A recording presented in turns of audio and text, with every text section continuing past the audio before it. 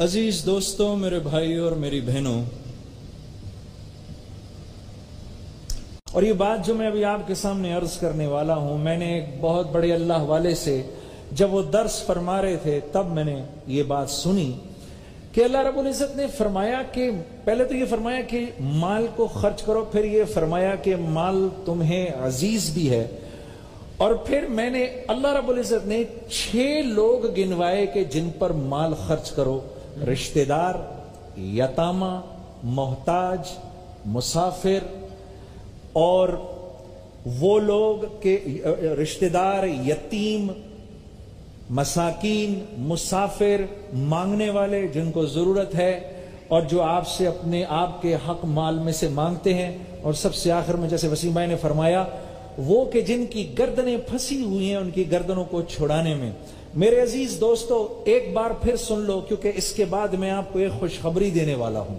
फिर सुनो किन 6 लोगों पर माल खर्च करने को फरमाया। सबसे पहले रिश्तेदार, क्योंकि रिश्तेदार पर आदमी सबसे मुश्किल से माल खर्च करता है। हाँ, मेरे चचा का बेटा बेरोजगार है तो बहुत अच्छा हुआ, क्योंकि चचा की फैमिली मेरे अब्बा की फैमिली से नीचे हो गई।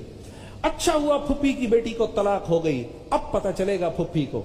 तो सबसे पहले अल्लाह रब्बुल इज़्ज़त ने फरमाया तेरे माल पर हक तेरे रिश्तेदार का है। रिश्तेदार, फिर यतामा, क्योंकि उनका कोई पुरसाने हाल नहीं होता। दूसरा यतामा, फिर मसाकीन, इनका भी कोई पुरसाने हाल नहीं होता, इनको भी कोई पूछने वाला नहीं होता, कोई अपना रिश्ता नहीं देता, कोई इनसे मशवरा नहीं लेता। मसाकीन 3 लोग। फिर चौथा मुसाफिर, जो निकल रहा है किसी काम से, उसको जरूरत है, उसको देना।